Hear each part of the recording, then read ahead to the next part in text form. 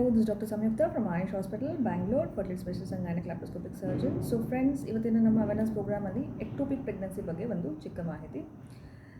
This is little bit important topic for females. ಯಾಕೆ ಅಂದರೆ ಇದನ್ನು ನಾವು ಪ್ರಿವೆಂಟ್ ಮಾಡ್ಬೋದು. So first of all ectopic pregnancy ಅಂದರೆ ಏನು ಅಂದರೆ, ಪ್ರೆಗ್ನೆನ್ಸಿ ನಮಗೆ ಯೂಶ್ವಲಿ ಗರ್ಭಕೋಶದ ಒಳಗಡೆ ಆಗ್ಬೋದು. ಸೊ ಈ ಗರ್ಭಕೋಶದ ಒಳಗಡೆ ಪ್ರೆಗ್ನೆನ್ಸಿ ಆಗಿದ್ರೆ ಬೇರೆ ಎಲ್ಲಾದರೂ ಪ್ರೆಗ್ನೆನ್ಸಿ ಆದರೆ ಅದನ್ನು ಎಕ್ಟೋಪಿಕ್ ಪ್ರೆಗ್ನೆನ್ಸಿ ಅಂತ ಹೇಳ್ತೀವಿ. ಮೋಸ್ಟ್ ಕಾಮನೆಸ್ಟ್ ರೀಸನ್ ಬಂದು ಈ ಫೆಲೋಪಿಯನ್ ಟ್ಯೂಬ್ಸ್. ಸೊ ಈ ಟಾಪಿಕ್ ಒಳಗಡೆ ಹೋಗೋಕ್ಕೆ ಮುಂಚೆ ಪ್ರೆಗ್ನೆನ್ಸಿ ನಾರ್ಮಲಾಗಿ ನಮಗೆ ಹೇಗಾಗುತ್ತೆ ಅನ್ನೋದ್ರ ಬಗ್ಗೆ ಒಂದು ಚಿಕ್ಕ ಮಾಹಿತಿ.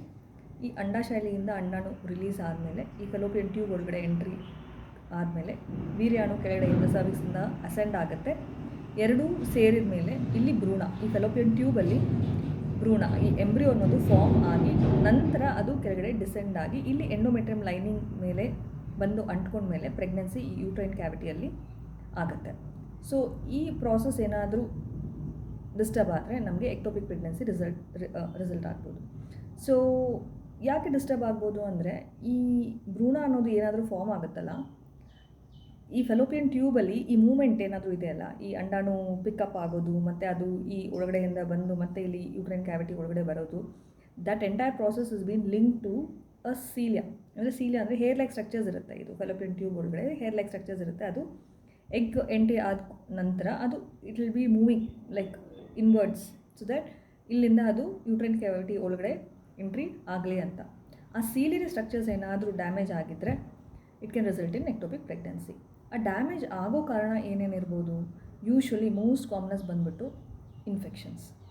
ಸೊ ಇನ್ಫೆಕ್ಷನ್ಸ್ ಆಗೋದ್ರಿಂದ ಈ ಎಂಡೋಮೆಟ್ರಿಯಲ್ ಲೈನಿಂಗಲ್ಲಿ ಇರೋ ಸೆಲ್ಸ್, ಆ ಸೀಲಿಯಾ, ಹೇರ್ ಲೈಕ್ ಸ್ಟ್ರಕ್ಚರ್ಸು, ಈ ಫೆಲೋಪಿಯನ್ ಟ್ಯೂಬಲ್ಲಿರೋದು ಅವೆಲ್ಲ ಹಾಳಾದಾಗ ಈ ಭ್ರೂಣ ಅನ್ನೋದು ಏನಾದರೂ ಫಾರ್ಮ್ ಆಗುತ್ತೋ ಅದು ಕೆಳಗಡೆ ಡಿಸೆಂಡ್ ಆಗೋಕ್ಕಾಗಲ್ಲ. So the pregnancy will be there in the tube only. Usually ನಮಗೆ ಇದು ಪ್ರೆಗ್ನೆನ್ಸಿ ಒಂದು 5 to 6 ವೀಕ್ಸಲ್ಲಿ ಒಂಥರ, ಅಂದರೆ ಸೇಮ್ ಪ್ರೆಗ್ನೆನ್ಸಿ ಥರನೇ ಸಿಂಪ್ಟಮ್ಸ್ ಇರುತ್ತೆ. ಬಟ್ ಸ್ಟಿಲ್ ಸಮ್ಟೈಮ್ಸ್ ಏನಾಗ್ಬೋದು ಅಂದರೆ, ಈ 5 to 6 ವೀಕ್ಸ್ ಆದಮೇಲೆ ಇಲ್ಲಿ ಟ್ಯೂಬಲ್ಲಿ ಕೆಪಾಸಿಟಿ ಇರಲ್ಲ ಅದನ್ನು ಪ್ರೆಗ್ನೆನ್ಸಿನ ಪ್ರೊಸೀಡ್ ಮಾಡಲಿಕ್ಕೆ. ಸೊ ಅವಾಗ ಏನಾಗುತ್ತೆ, ಇಟ್ ಮೈಟ್ ಗಿವ್ ವೇ, ಅಂದರೆ ರಪ್ಚರ್ ಆಗ್ಬೋದು. ರಪ್ಚರ್ ಆದಾಗ ಇಟ್ ಬಿಕಮ್ಸ್ ಅನ್ ಎಮರ್ಜೆನ್ಸಿ. ಯಾಕೆ ಅಂದರೆ ಅಲ್ಲಿಂದ ಬ್ಲೀಡಿಂಗ್ ಆಗೋದು ಮತ್ತು ಒಂಥರ BP ಲೋ ಆಗಿ ಹೈಪೋಟೆನ್ಷನ್ ಆಗೋದು, ಇಂಥವೆಲ್ಲ ಕಾಣಿಸ್ಕೊಬೋದು. ಅದಕ್ಕೂ ಮುಂಚೆ ಹೇಗಿರುತ್ತೆ ಲಕ್ಷಣಗಳು ಅಂದರೆ, ಸ್ವಲ್ಪ ಮೈಲ್ಡ್ ಅಬ್ಡೋಮಿನಲ್ ಪೇಯ್ನ್ ಇರೋದು, ಇಲ್ಲ ಪ್ರೆಗ್ನೆನ್ಸಿ ಟೆಸ್ಟ್ ಪಾಸಿಟಿವ್ ಬಂದಿದೆ, ಸ್ಕ್ಯಾನಲ್ಲಿ ನೋಡುವಾಗ ನಮಗೆ ಈ ಎಂಡೋಮೆಟ್ರಿಯಲ್ ಒಳಗಡೆ, ಈ ಯೂಟ್ರೈನ್ ಕ್ಯಾವಿಟಿ ಒಳಗಡೆ ಪ್ರೆಗ್ನೆನ್ಸಿ ಕಾಣಿಸ್ತಾ ಇಲ್ಲ ಅನ್ನುವಾಗ ನಮಗೆ ಫಸ್ಟ್ ಸಂಶಯ ಹೋಗೋದು ಎಕ್ಟೋಪಿಕ್ ಪ್ರೆಗ್ನೆನ್ಸಿ ಮೇಲೇ. ಆವಾಗ ನಿಮ್ಮ ಡಾಕ್ಟರ್ ನಿಮಗೆ β-HCG ಲೆವೆಲ್ಸ್ ಮಾಡಲಿಕ್ಕೆ ಸಜೆಸ್ಟ್ ಮಾಡ್ತಾರೆ. So kindly do that β-HCG values, only that one can guide us when the pregnancy is not seen. So ಒಂದು ಲೆವೆಲ್ ಮೇಲೆ ಇದ್ದರೆ ಆ ಸ್ಯಾಕ್ ಒಂದು 1000 ಯೂನಿಟ್ಸ್ ಮೇಲೆ ಇದ್ದರೆ β-HCG ನಮಗೆ ಯೂಶ್ವಲಿ ಸ್ಯಾಕ್ ಕಾಣಿಸ್ಬೇಕು. ಆವಾಗ ನಮ್ಗೆ ಏನಾದರೂ ಸ್ಯಾಕ್ ಈ ಯೂಟ್ರೈನ್ ಕ್ಯಾವಿಟಿ ಒಳಗಡೆ ಕಾಣಿಸ್ಲಿಲ್ಲ ಅಂದರೆ ಖಂಡಿತ ನಮಗೆ ಎಕ್ಟೋಪಿಕ್ ಪ್ರೆಗ್ನೆನ್ಸಿ ಮೇಲೆ ಅನುಮಾನ ಹೋಗುತ್ತೆ. So and one more thing, once the ectopic pregnancy detect ಆದ ನಂತರ then again we would ask for the follow up. ಅಂದರೆ ಎವ್ರಿ 48 hours ನಮಗೆ ಈ β-HCG ಅನ್ನೋದು ಡಬಲ್ ಆಗುತ್ತೆ. ಸೊ 48 hours ಆದಮೇಲೆ ಕರೆಕ್ಟಾಗಿ ಡಬಲ್ ಆಗದಿರ, ಸ್ವಲ್ಪ ಇವಾಗ ಹೇಳಿ ಒಂದು 1000 ಇರೋದು, like it is not doubled completely into say 2000, is somewhere like 1700 or 1500. So ಈ ಎಕ್ಟೋಪಿಕ್ ಪ್ರೆಗ್ನೆನ್ಸಿ ಅನ್ನೋದು ನಾರ್ಮಲ್ ಪ್ರೆಗ್ನೆನ್ಸಿ ಥರ ಕಂಪ್ಲೀಟಾಗಿ ಡಬಲು ಆಗಲ್ಲ. ಆಗುತ್ತೆ, ಇನ್ಕ್ರೀಸ್ ಆಗುತ್ತೆ, but not to that extent. So that is one more doubt for us, right? Yeah, this one can be ectopic ಅಂತ. And one more thing, ಚೆನ್ನಾಗಿ scan ಮಾಡಿದ್ರೆ ನಮಗೆ ಯೂಶ್ವಲಿ ಆ ಸ್ಕ್ಯಾನಿಂಗಲ್ಲೇ ಈ ಎಕ್ಟೋಪಿಕ್ ಪ್ರೆಗ್ನೆನ್ಸಿ ಇನಿಷಿಯಲ್ ಸ್ಟೇಜಸಲ್ಲಿ ಪಿಕ್ ಆಗುತ್ತೆ. ಆ್ಯಂಡ್ ಇದನ್ನು ಮ್ಯಾನೇಜ್ ಮಾಡೋದಾದರೂ ಹೇಗೆ ಅನ್ನೋದ್ರ ಬಗ್ಗೆ ಬಂದರೆ, ಸರ್ಜರಿ ಮಾತ್ರನೇ ಅಲ್ಲ, ಇದಕ್ಕೆ ಇಂಜೆಕ್ಷನ್ಸ್ ಮೂಲಕನೂ ಒಂದು ಸರ್ಟನ್ ಕಟ್ ಆಫ್ ಲೆವೆಲ್ಸ್ ಇರುತ್ತೆ.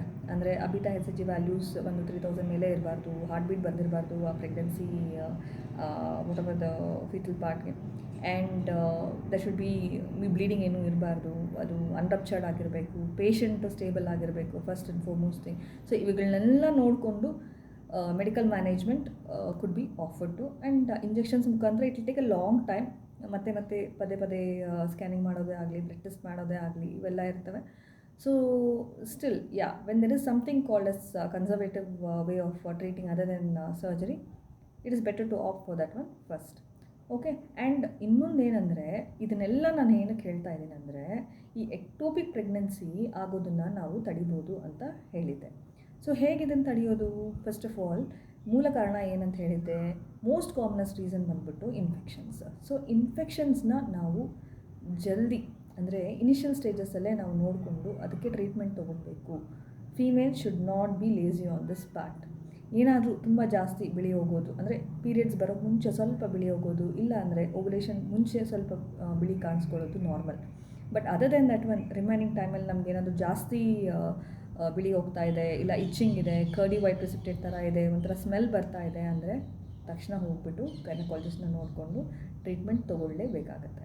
ಸೊ ಇದು ಮದುವೆ ಆದವ್ರು ಮಾತ್ರ ಅಲ್ಲ, there are so many people even before marriage they are sexually active. So ಯಂಗ್ಸ್ಟರ್ಸ್ಗೂ ಸಹ ನಾನು ಏನು ಹೇಳ್ತಾ ಇರೋದು ಅಂದರೆ they should be aware of all this things and all, because later on it might lead to a very ಏನು ಹೇಳೋದು, it's an you would not be knowing. So ಇವೆಲ್ಲ ಆಗೋದ್ರಿಂದ ಇನ್ಫೆಕ್ಷನ್ಸಿಂದ ನಮ್ಗೆ ಈ ಥರ ಎಲ್ಲ ಆಗುತ್ತೆ ಅಂತ. So when you have some infections are any doubt about all these things, you just go and consult your gynecologist, and as much as possible get treated earlier, be it your infection part or be it your early pregnancy. ನಿಮಗೆ UPT test positive ಬಂದಾಗ, that is why it's very important. First scanning is very very important to know where the pregnancy is there. ಯಾಕೆ ಅಂದರೆ ಈ ಥರ infections ಎಲ್ಲ ಜಾಸ್ತಿ ಆಗೋದ್ರಿಂದ ectopic ಪ್ರೆಗ್ನೆನ್ಸೀಸೂ ಜಾಸ್ತಿ ಕಂಡು ಬರ್ತಾ ಇದೆ. So it's better like once you know your pregnant, get one scan done. ಪದೇ ಪದೇ ಸ್ಕ್ಯಾನ್ ಮಾಡೋದ್ರಿಂದ ಮಗು ಏನಾದರೂ ಎಫೆಕ್ಟ್ ಆಗುತ್ತೆ ಅನ್ನೋದು ಒಂದು ಸಂಶಯ ಏನಾದರೂ ಇದ್ದರೆ ಅದನ್ನು ತೆಗೆದುಬಿಡಿ. There is nothing like that. So be safe on the safer side. And ನಿಮಗೆ ಪ್ರೆಗ್ನೆನ್ಸಿ ಇನಿಷಿಯಲ್ ಟೈಮಲ್ಲಿ ನಿಮ್ಗೆ ಏನಾದರೂ ಒಂಥರ ಬ್ಲೀಡಿಂಗ್ ಥರ ಕಾಣಿಸ್ಕೊಳ್ತಾ ಇದೆ, ಹೊಟ್ಟೆ ನೋವು ಏನಾದರೂ ಇದೆ ತಕ್ಷಣ, that is almost one more time where you have to just be doubly sure like as I have to go on with the gynaecologist.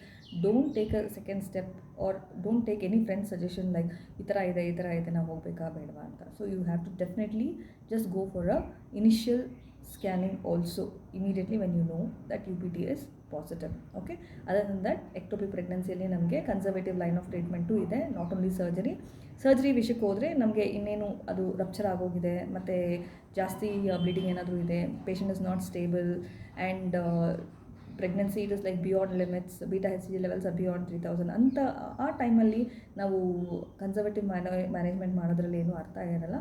ಆವಾಗ ಹೋಲ್ ಟ್ಯೂಬ್ ತೆಗೆಯೋ ಅಂಥ ಒಂದು ಸಿಚುವೇಶನ್ ಇರುತ್ತೆ, and it's an emergency also. So this is all about this ectopic pregnancy.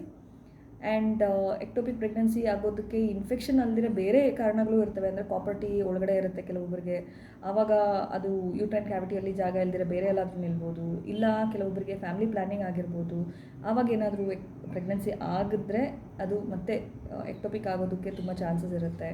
And ಕೆಲವೊಬ್ಬರಿಗೆ pelvic infection ಆಗಿ ಈ ಒಳಗಡೆ ಎಲ್ಲ adhesions ಇರ್ಬೋದು, ಆವಾಗಲೂ ಅನಾಟಮಿಕಲ್ ಡಿಸ್ಟಾರ್ಷನ್ ಇರುವಾಗ ಎಕ್ಟೋಪಿಕ್ ಪ್ರೆಗ್ನೆನ್ಸೀಸು ಆಗುತ್ತೆ.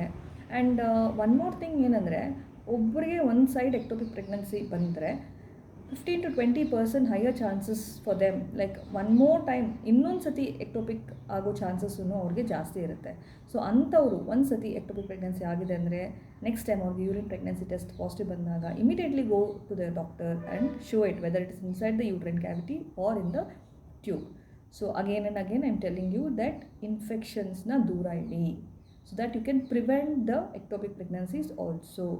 Okay, hope so this video is useful for you friends, and I would meet you with another interesting video next time.